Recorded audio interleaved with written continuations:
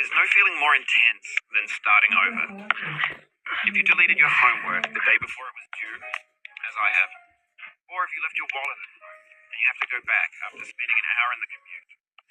If you won some money in the casino and then put all your winnings on red and came up black. If you got your best shirt dry cleaned before a wedding and then immediately dropped your food on it.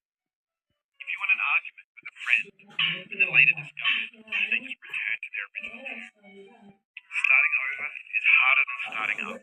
If you're not ready for that, or if you've already had a bad day, then what you're about to go through might be too much.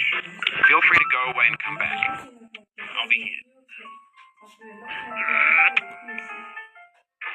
Alright, thanks for coming with me on this trip. I'll understand if you have to take a break at any point. Just find a safe place to stop with the game. Don't worry, I'll save your progress, always, even your mistakes. This game is a homage to a free game that came out in 2010 titled Sexy Hiking. The author of that game was Jazuo, a mysterious Czech designer who was known at the time as the father of B games. And B games are rough assemblages of found objects. Designers slap them together very quickly and freely, and they're often too rough and unfriendly to gain much of a following. They're built more for the joy of building them than as polished products. In a certain way, Sexy Hiking is the perfect embodiment of a B game. It's built almost entirely out of bound and recycled parts, and it's one of the most unusual and unfriendly games of its time. In it, your task is simply to drag yourself up a mountain with a hammer. And that act of climbing, in the digital world or in real life, has certain essential properties that give the game its flavor. No amount of forward progress is guaranteed. Some cliffs are too sheer or too slippery, and the player is constantly, unremittingly in danger of falling and losing everything. Anyway, when you start Sexy Hiking, you're standing next to this dead tree that blocks the way to the entire rest of the game. It might take you an hour to get over that tree. A lot of people never got past it. You prod and you poke at it, exploring the limits of your reach and your strength, trying to find a way up and over. And there's a sense of truth in that lack of compromise. Most obstacles in video game worlds are fake. You can be completely confident in your ability to get through them once you have the correct method or the correct equipment or just by spending enough time. In that sense, every pixelated obstacle in Sexy Hiking is real. The obstacles in Sexy Hiking are unyielding, and that makes the game uniquely frustrating. But I'm not sure Jazuo intended to make a frustrating game.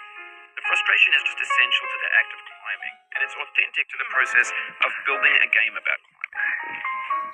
A funny thing happened to me as I was building this mountain. I'd have an idea for a new obstacle, and I'd build it, test it, and it would usually turn out to be unreasonably hard. But I couldn't bring myself to make it easier.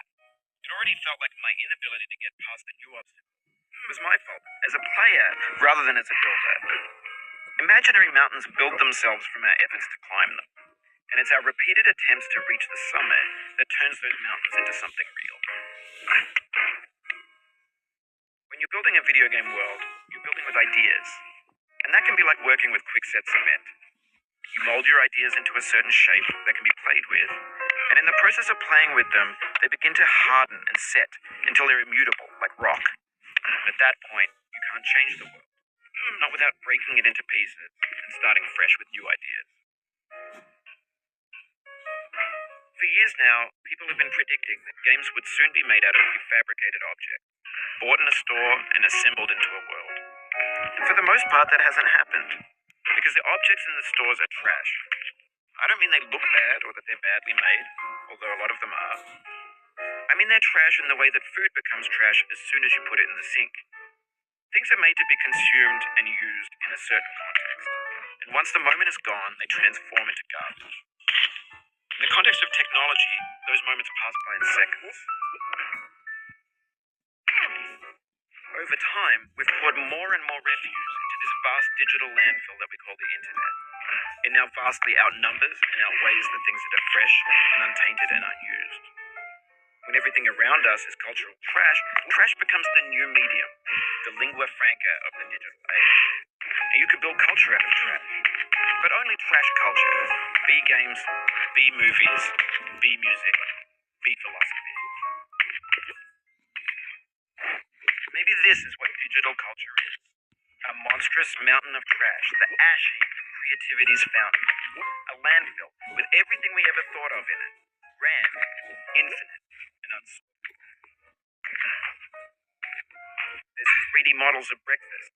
Gen X's fanfic novels, scan magazines, green screen Shia LaBeouf, banned snuff scenes on Live Leak.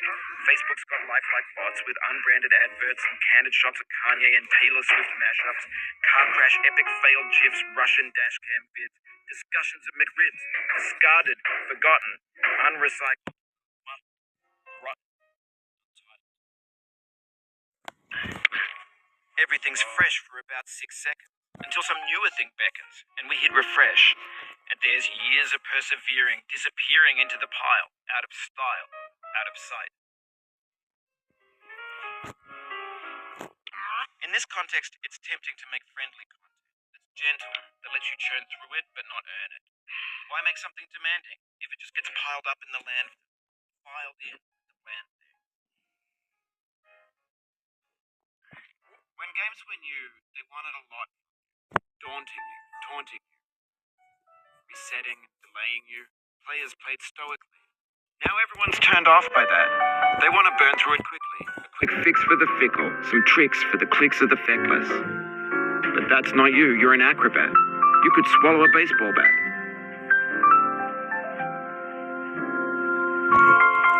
Now I know, most likely you're watching this on YouTube or Twitch.